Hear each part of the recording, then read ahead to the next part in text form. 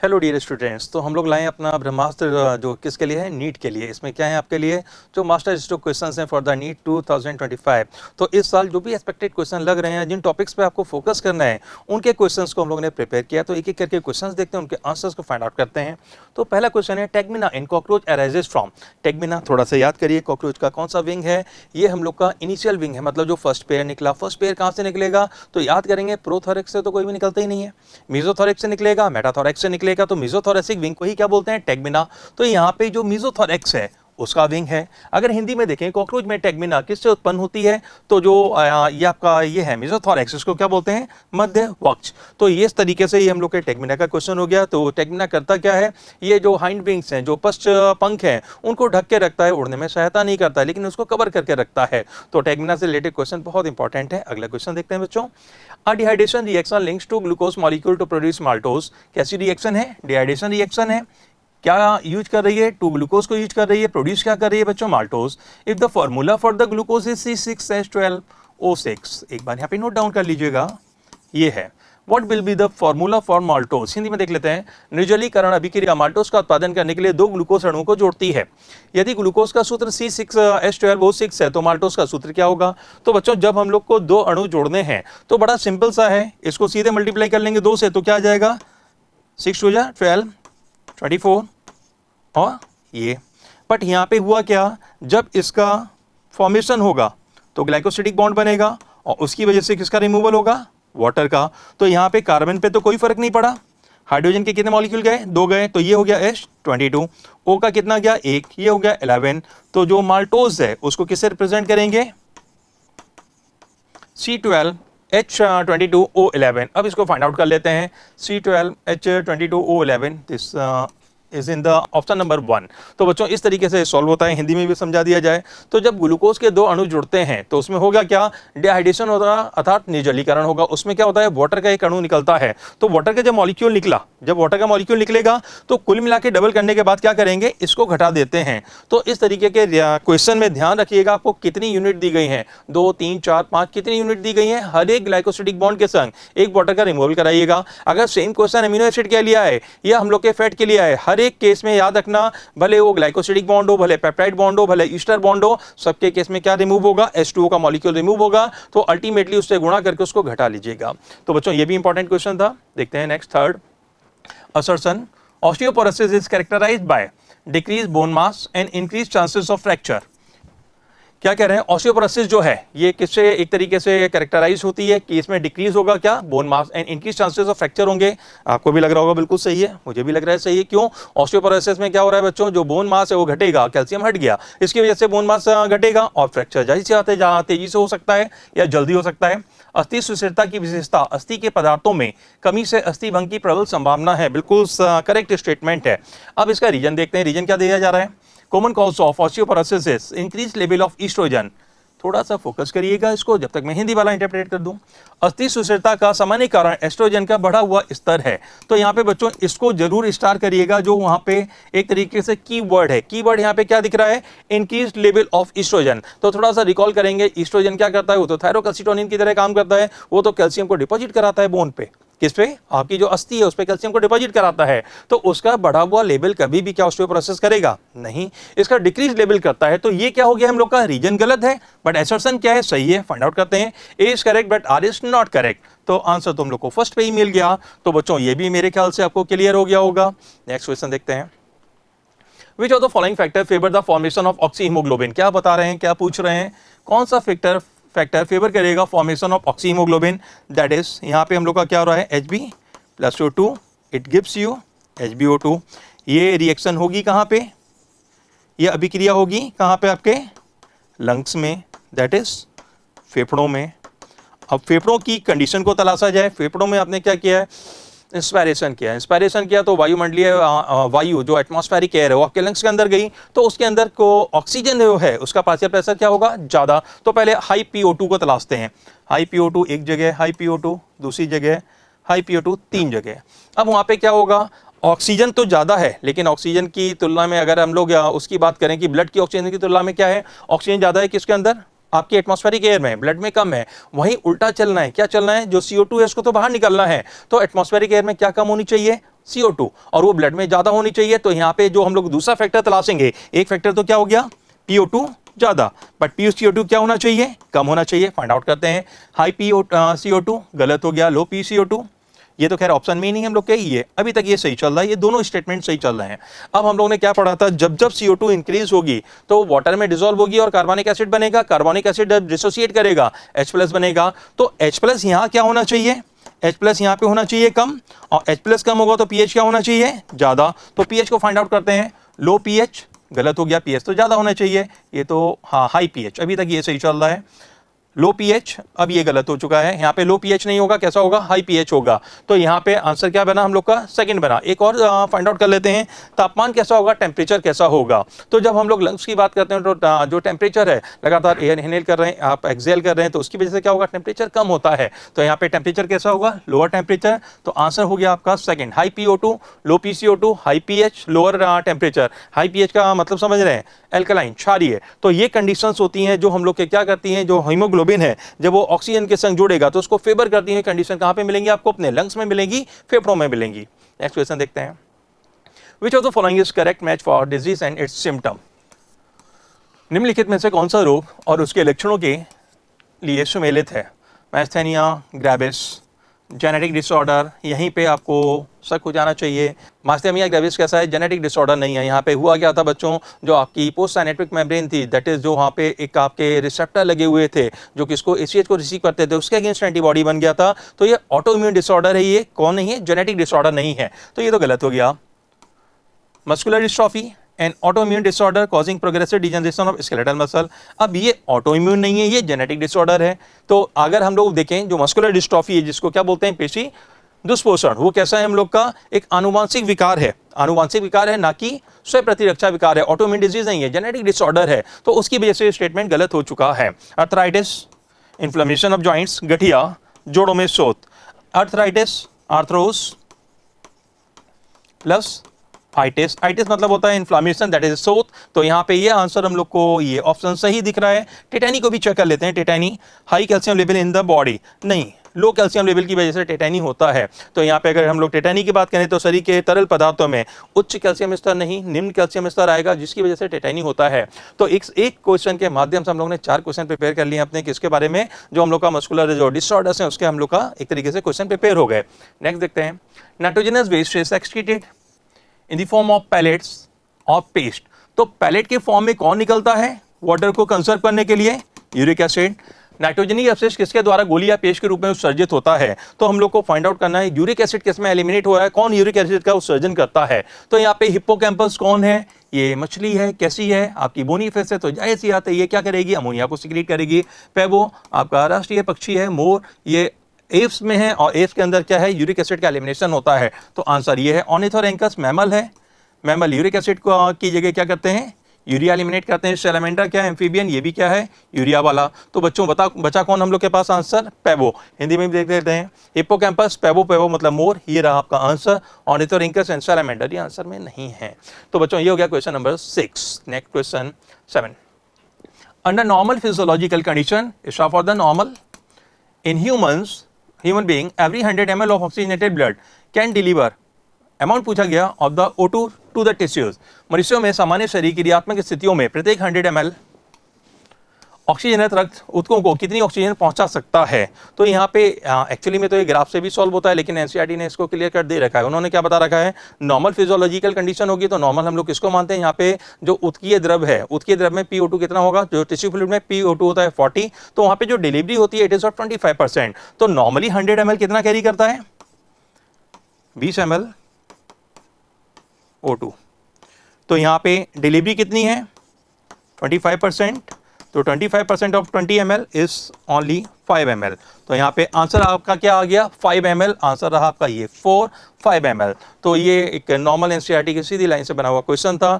इससे related data आप graph के थ्रू इंटरप्रेट कर सकते हैं, उसके थ्रू फाइंड आउट कर सकते हैं। Next question, question number 8। Given below are 2 statements.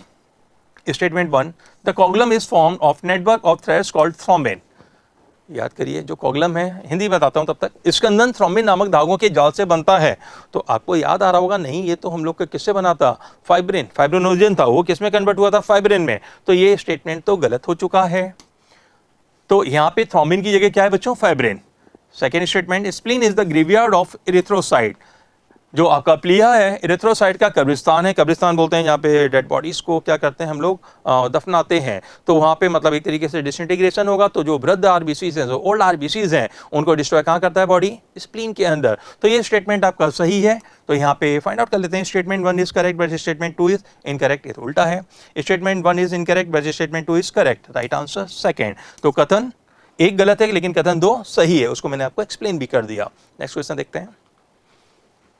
Choose the incorrect statement with respect to the male frog. यहाँ पे किसको कंसीडर करना है, नर मेढकों को कंसीडर करना है। उसके लिए क्या देखना है, इनकरेक्ट स्टेटमेंट। बहुत याद रखना, इनकरेक्ट या करेक्ट पूछते ही यहाँ पे स्टारिंग कर लो, इसको सर्किल कर लो, जिससे आपको याद रहे कि आखिर पूछा क्या गया है। तो पहला देखते हैं, their hind limbs and in 5 digit. बिल्कुल सही, जो उनके पश्चपाद होते हैं, हाइंड लिम्स होते हैं, उसमें कितनी डिजिट होती हैं, 5 उंगलियां होती हैं। तो ये स्टेटमेंट तो सही है। A copulatory pad is present on the first digit of the hind limb। क्या कह रहे हैं, पश्चपादों की प्रथम उंगली पर मैथुनांग मौजूद होते हैं। तो बच्चों पश्चपाद से मैथुन का क्या ताल्लुकात, तो वहां पे जो कॉपुलेटरी पैड है वो तो आपका किस में होगा, फोर लिम्ब में होगा, अग्रपाद में होगा, जिससे फीमेल को प्रेस करेगा, जिससे ओवुलेशन होगा या अंडोत्सर्ग होगा। तो यहाँ पे जो आपका ये कॉपुलेटरी पैड है मेल में किस में पाया जाता है, हाइंड लिम्ब में नहीं मिलता है, फोर लिम्ब में मिलता है। स्टेटमेंट क्या हो चुका है, गलत। तो आंसर तो हम लोग को मिल चुका है, तभी बाकी भी चेक करते हैं। They capture food by bilobe tongue. वे भोजन को द्विपालित जीभ से पकड़ते हैं। बिल्कुल सही है, उनकी जीभ कैसी होती है, द्विपालित होती है। Their hind limbs are larger and muscular than fore limb. उनके पश्चपाद अग्रपाद की तुलना में लंबे और मांसल होते हैं। आपने मेढक को देखा है, बिल्कुल ऐसे ही होता है। जो हाइंड लिम्ब है वो ज्यादा मजबूत हैं, जिससे बहुत तेजी से छलांग लगा पाए या तैरने में सहायता करते हैं ये। नेक्स्ट क्वेश्चन देखते हैं, question number 10। In which of the following animals digestive tract has additional chamber like crop and gizzard. Star लगाइए क्रॉप एंड गिजर्ट पे। किस प्राणी के पाचन तंत्र में सस और पेशनी जैसे अतिरिक्त कक्ष होते हैं। तो ये आपको कहाँ मिलेंगे, एक तो मिलते हैं कॉकरोच में, और कहाँ मिलेंगे आपको पक्षी वर्ग में मिलेंगे, एप्स में मिलेंगे। पूरे के पूरे एप्स की कैटेगरी एक कंडीशन होती है, उसके अंदर क्रॉप एंड गिजर्ट होता है। तो फाइंड आउट करते हैं। कतला फिश है, याद आया, कतला क्या है, मछली है। तो ये वाला आंसर तो गलत हो चुका है। क्रोकोडाइलस भी क्या है यहाँ पे, सरीसृप है, रेप्टाइल है, ये आंसर गलत है। पैबो, मोर, सिटिकोला, तोता, कॉर्बस आपका जो कौवा होता है वो। तो इसके अंदर तीनों बर्ड्स हैं, पैबो, सिटिकुला, कॉर्बस। ये आंसर हो चुका है। बाकी चेक कर लेते हैं, कॉर्पस, कोलंबा, कैमेलियन। बट ये कौन है, रेप्टाइल, इसके अंदर नहीं मिलेगा। बुफो एम्फीबियन है, पेलानोप्टेरा ये आपका एक्वाटिक मैमल है, इसके अंदर भी नहीं मिलेगा। बेंगारस ये रेप्टाइल है। तो यहाँ पे आंसर हम लोग को क्या मिला बच्चों, आंसर इज सेकंड, पैबो, सिटिकुला एंड कॉर्बस। तो ये आंसर आपको समझ में आ गया होगा। यहाँ पे इस क्वेश्चन के थ्रू भी बहुत सारी चीजों को कवर अप किया गया है। Next 11, select the incorrect statement. Synapse के संबंध में गलत कथन का चयन करें। ओके, किसके लिए, रिगार्डिंग सिनेप्स। तो यहाँ पे दो जगह आप लोग को फोकस करना पड़ेगा, incorrect as well as the synapse. तो इसकी प्रॉपर्टी को चेक करते हैं। Chemical synapse uses neurotransmitter. जो रासायनिक सिनेप्स हैं न्यूरोट्रांसमीटर का उपयोग करते हैं। बिल्कुल सही है। अंटिल अनलेस वो आगे आवेग को संचरित कैसे करेंगे, इंपल्स आगे कैसे जाएगी, तो उसके लिए अलग अलग तरीके के न्यूरोट्रांसमीटर्स होते हैं। Second, impulse transmission across a chemical synapse is always faster than that across an electrical synapse। रासायनिक सिनेप्स में आवेग संचरण हमेशा विद्युत सिनेप्स की तुलना में तीव्र होता है। तो यहाँ पे जब न्यूरोट्रांसमीटर यूज हो रहा है तो पोस्ट सिनेप्टिक मेम्ब्रेन पे जुड़ेगा, और अगर वो जुड़ेगा तो थोड़ा बहुत समय भी लगेगा, और समय लगेगा तो जाहिर सी बात है स्लो प्रोसेस होगी। जबकि इलेक्ट्रिकल सिनेप्स तो सीधे भेज देता है, जैसे एक न्यूरॉन के अंदर चलता है ना आपका इंपल्स, वैसे ही उसमें चला जाता है। तो ये स्टेटमेंट गलत हो चुका है, ऑलवेज क्या होगा, स्लो होगा। तो ये स्टेटमेंट कैसा है बच्चों, गलत है। तो स्टेटमेंट सेकंड इज इनकरेक्ट। तो स्टेटमेंट मिल चुका है। The membrane of presynaptic and postsynaptic neurons are close proximity in electrical synapse. बिल्कुल सही, अगर वो पास में नहीं होगी तो चार्ज जाएगा कैसे, हिंदी भी देख लेते हैं। प्री सिनेप्टिक और पोस्ट सिनेप्टिक न्यूरॉन्स की झिल्लियां एक इलेक्ट्रिकल सिनेप्स में सबसे निकट होती हैं। तो ये जाहिर सी बात है, इनको एक तरीके से जुड़ी सी होती हैं, इसीलिए उनको बहुत ज़्यादा नज़दीक बोला जाता है। तभी आवेग जो एक न्यूरॉन से जैसे अंदर चल रहा है ना, उसकी आपके जो एक्सोलेमा है उस पर सिमिलर मैनर में आगे चला जाता है। तो बच्चों ये स्टेटमेंट सही है। Electrical current can flow directly from one neuron into the another across the electrical synapse. बिल्कुल सही है। न्यूरोट्रांसमीटर का यूज नहीं करेगा तो डायरेक्टली जाता है। हिंदी देख लेते हैं। विद्युत धारा सीधे एक न्यूरॉन से दूसरे विद्युत सिनेप्स में प्रवाहित हो जाती है, एक से दूसरे में चली गई। तो यहाँ पे आंसर हम लोग को क्या मिला बच्चों, यहाँ पे इनकरेक्ट तलाशना था, इनकरेक्ट इज सेकेंड। तो ये हो गया हम लोग का आंसर सेकेंड।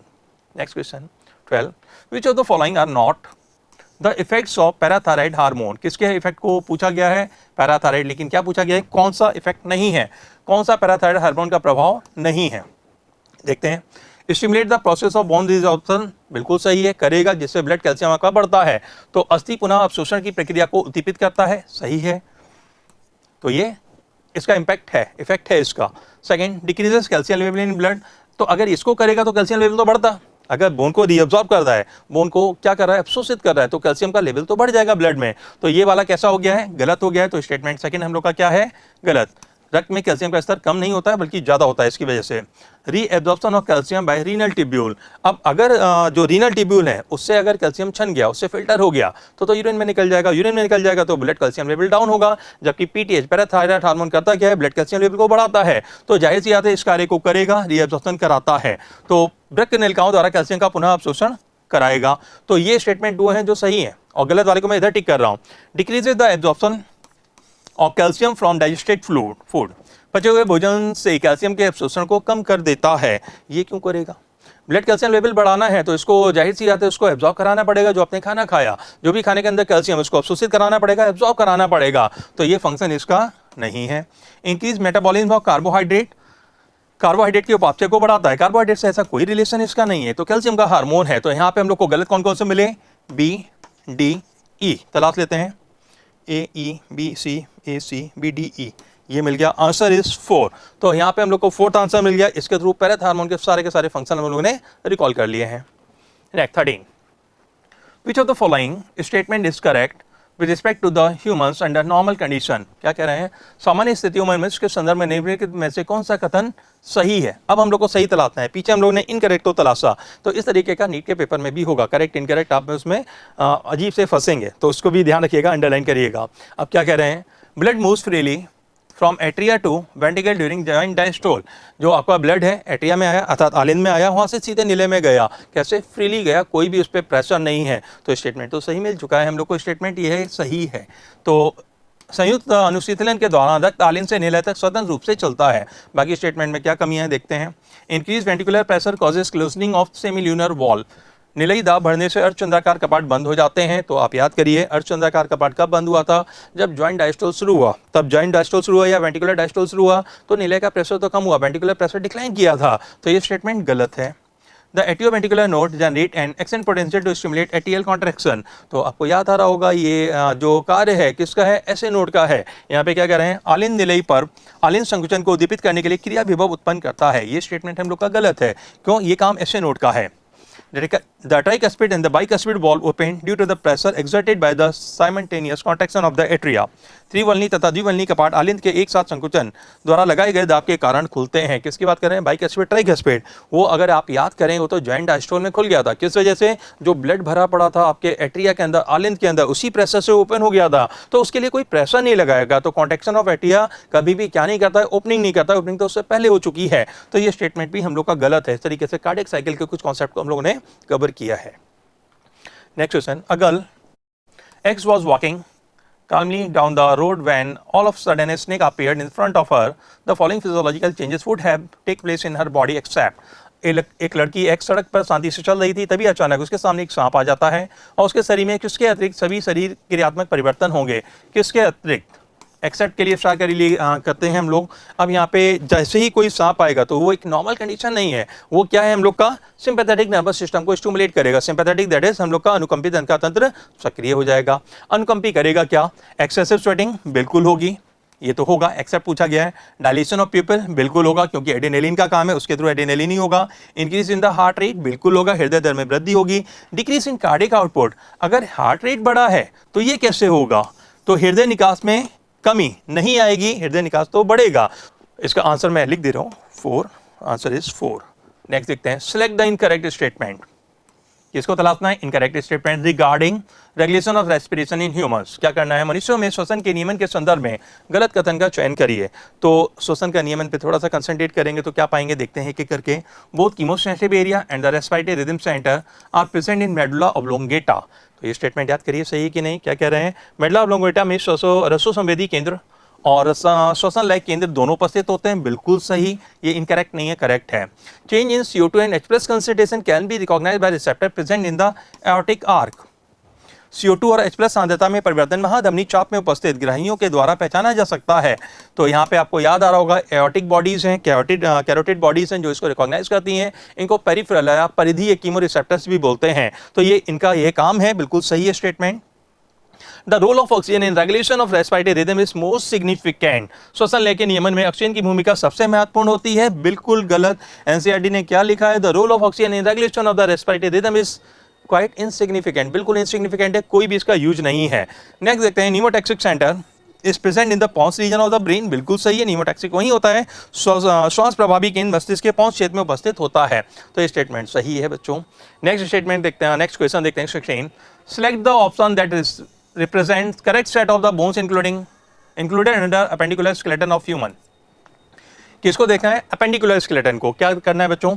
उस विकल्प का चयन कीजिए जो मनुष्यों के उपांगीय कंकाल के अंतर्गत शामिल अस्थियों के सही समुच्चय को निरूपित करता है।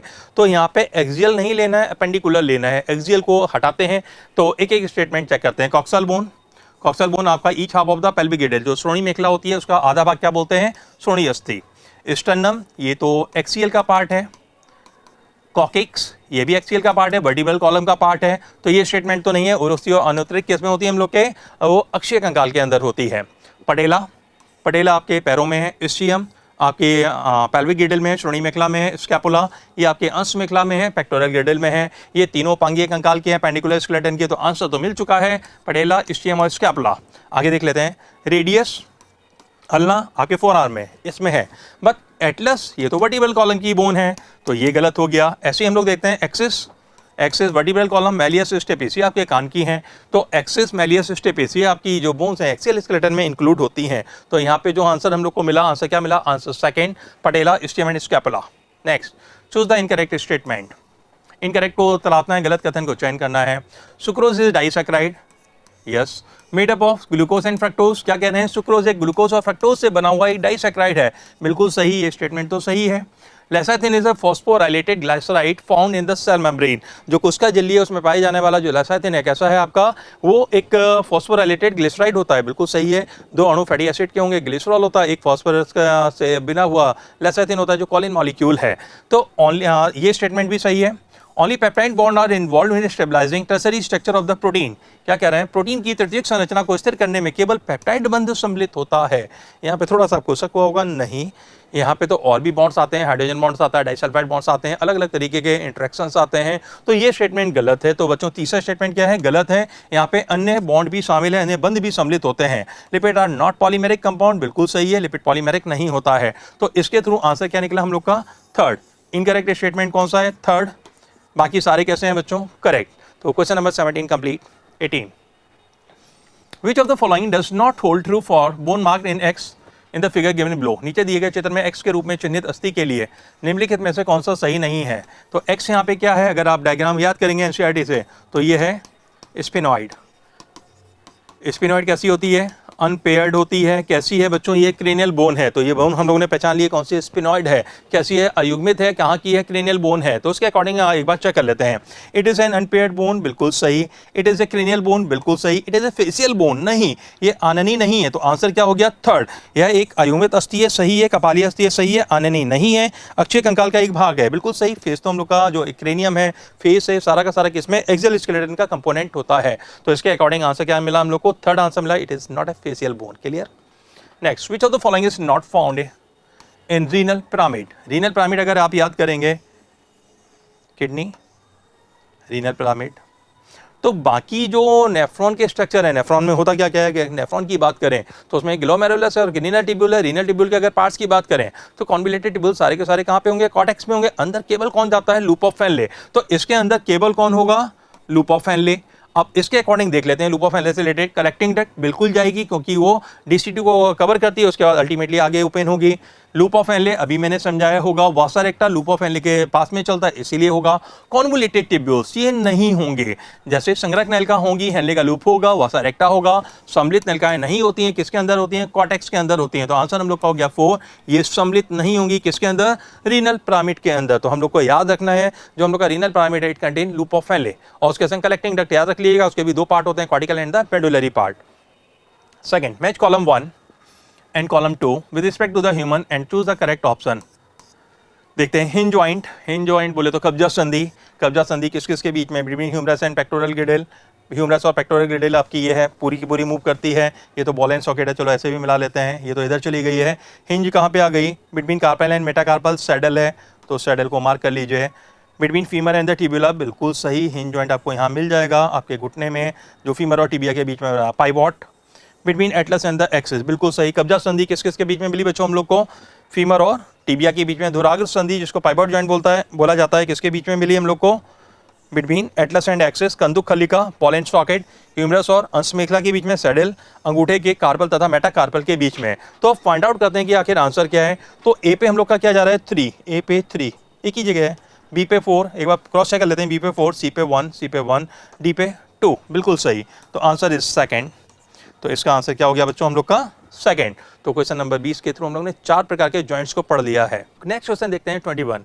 विच of the following is correct? क्या पूछा गया है? सही पूछा गया है। तंत्रिकाक्षीय झिल्ली के पुनर्ध्रुवण के संदर्भ में निम्नलिखित में से कौन सा है correct with respect to the repolarisation of axonal membrane? Repolarisation की इवेंट कब होगी? पहले डिपोलराइजेशन याद करिए।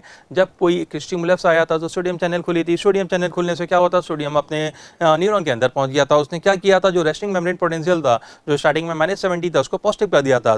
तो पॉजिटिव को हटाना है। किसको हटाना है? पॉजिटिव को हटाना है, धनावेश को हटाना है। तो धनावेश को हटाने का तरीका क्या है? अब आपने अगर एनसीईआरटी को पढ़ा हो तो क्या बोलते हैं? जब भी स्टिमुलस बेस्ड ओपनिंग होती है सोडियम चैनल की, बड़े बहुत ही कम समय के लिए होती है, अल्पकालीन होती है सोडियम आज जो चैनल की ओपनिंग है, और उसके तुरंत बाद क्या होता है? पोटेशियम चैनल ओपन होता है, जिससे पोटेशियम बाहर जाएगा और वापस से क्या होगा? आपकी रिपोलराइजेशन अर्थात पुनः ध्रुवण की प्रक्रिया प्रारंभ हो जाती है। तो एक बार इसको फाइंड आउट करते हैं। Opening of voltage gated sodium channel. Repolarisation में opening of voltage gated sodium channel नहीं होती है बच्चों, ये इसकी एक्टिविटी नहीं है, तो ये गलत है। Closure of voltage gated sodium channel and opening of voltage gated potassium channel, बिल्कुल सही। Voltage gated channel sodium channel बंद हो जाता है और वोल्टेज गेटेड पोटेशियम चैनल खुल जाते हैं। तो आंसर तो मिल गया हम लोग का। करेक्ट क्या है? Second. Closure of voltage gated potassium channel, voltage gated potassium channel बंद हो जाते हैं तो पोटेशियम ही बाहर नहीं जाएगा, तो फिर रिपोलराइजेशन होगा कैसे? अंदर का पॉजिटिव चार्ज निगेटिव कैसे बनेगा? तो ये तो संभव ही नहीं है। Closure of both voltage gated channel sodium and potassium, तो ये भी रिपोलराइजेशन नहीं होने देगा। तो हम लोग का आंसर क्या आ गया बच्चों? सेकंड। तो ये क्लियर। Next 22nd। एक with respect to the above graph select the correct option. इस ग्राफ को देखते हैं और सही विकल्प को तलाशते हैं। ये ग्राफ आपको याद आ रहा होगा, एंजाइम की क्रिया का है। ये क्या बताता है कि एंजाइम कैसे करके किसी अभिक्रिया की दर को बढ़ाता है, कैसे वो किसी एंजाइमेटिक रिएक्शन को फास्ट कर देता है, एक केमिकल रिएक्शन को। तो यहाँ पे ये जो होती है वाई क्या है हम लोग की? एक्टिवेशन एनर्जी, क्योंकि ये रिएक्शन में क्या है? ये कम है, ये भी एक्टिवेशन एनर्जी एक्चुअली में, लेकिन ये कब है? Without enzyme. जब एंजाइम अनुपस्थित है तो ये दिखेगा, लेकिन एंजाइम लगा देंगे तो in presence of enzyme activation energy क्या होती है? घट जाती है। तब ये तो नॉर्मल कॉन्सेप्ट हो गया, और इसके थ्रू इन्होंने पूछा क्या क्या, एक बार ये भी देख लेते हैं। अच्छा, एक चीज और देखिएगा, यहाँ पे जो सबस्ट्रेट है एस, उसका एनर्जी लेवल पोटेंशियल एनर्जी और प्रोडक्ट की वो क्या है? कम है। तो सबस्ट्रेट की पी ज़्यादा है और प्रोडक्ट की कम है। इन सभी कॉन्सेप्ट को यहाँ पे अप्लाई करना पड़ेगा। तो क्वेश्चन पढ़ते ही अपने दिमाग में सबसे पहले इन कॉन्सेप्ट को ले आइए। अब एक एक करके चेक करते हैं। Y represents activation energy without an enzyme. Y कहाँ पे? ये है, बट वो किसके साथ है? एंजाइम के साथ। तो वाई एंजाइम सहित सक्रियण ऊर्जा को निरूपित करता है, गलत statement. Z represent a stable and lowest energy state. Z एक स्थिर और निम्नतम ऊर्जा अवस्था को निरूपित करता है, तो जेड तो है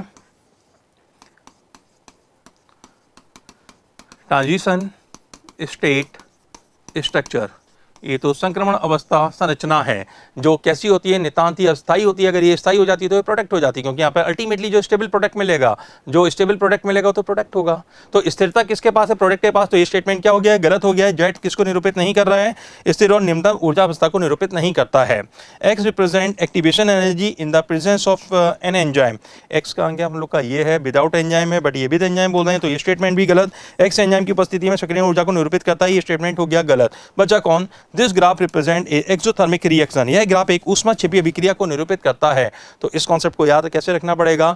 जब पोटेंशियल एनर्जी सबस्ट्रेट की ज्यादा होगी, प्रोडक्ट की कम होगी, तो रिएक्शन से एनर्जी निकलती है, जिसको एक्सोथर्मिक बोलते हैं। वहीं अगर प्रोडक्ट ऊपर होता, मतलब उसकी पोटेंशियल एनर्जी किससे कम होती? आपकी सबस्ट्रेट से कम होती, सबस्ट्रेट से ज्यादा होती। अगर पी ऊपर होता तो ये कैसी हो जाती? आपकी एंडोथर्मिक हो जाती। तो इस प्रकार से रिएक्शन को पहचाना जाता है। तो इस रिएक्शन में क्या है? सबस्ट्रेट की जो पी है वो ज़्यादा है with respect to the product, तो इसमें रिएक्शन में क्या निकलेगी, आपकी ऊष्मा बाहर निकलेगी, एक्सोथर्मिक रिएक्शन हो जाती है। तो answer 4th answer is right for this question.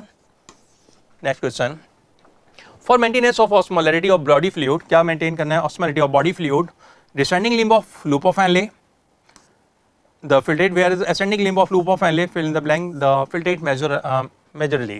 शरीर के तरल पदार्थों के प्रसरणता को बनाए रखने के लिए हेनले लूप की अवरोही भुजा निस्यंद को क्या करती है, जबकि हेनले लूप की आरोही भुजा मुख्यतः निस्यंद को क्या करती है। तो निस्यंद में लूप ऑफ हेनले की ये अवरोही है, ये आरोही है। इसका नेचर याद होगा, वाटर के लिए परमेबल है, तो जैसे जैसे नीचे जाती है मेडुला में, मेडुलरी इंटरस्टिशियम में, यहाँ से पानी मुक्त होता है और इधर से कौन निकला था, NaCl। तो जैसे जैसे हम लोग का परानिस्यंद नीचे जाएगा वो कैसा हो जाएगा, सांद्र। जैसे जैसे ऊपर जाएगा कैसा होता जाएगा, तनु। तो यहाँ पे क्या हो गया, कंसंट्रेट एंड डाइल्यूट। तो इसको चेक कर लेते हैं। तो पहले में क्या आना चाहिए, कंसंट्रेट, ये रहा, डाइल्यूट ये रहा, सीधे आंसर सेकंड मिल गया, बाकी तो चेक करना भी बेकार है। तो यहाँ पे इस तरीके के क्वेश्चन आपको नॉर्मली नीट में मिलेंगे। तो बच्चों कैसे डील करना है वो मैंने एक्सप्लेन कर दिया, एक एक क्वेश्चन के थ्रू 4-5 इंफॉर्मेशन लेगा वो मैंने आपको बता दिया। तो चलिए, ऑल दी बेस्ट बच्चों, थैंक यू।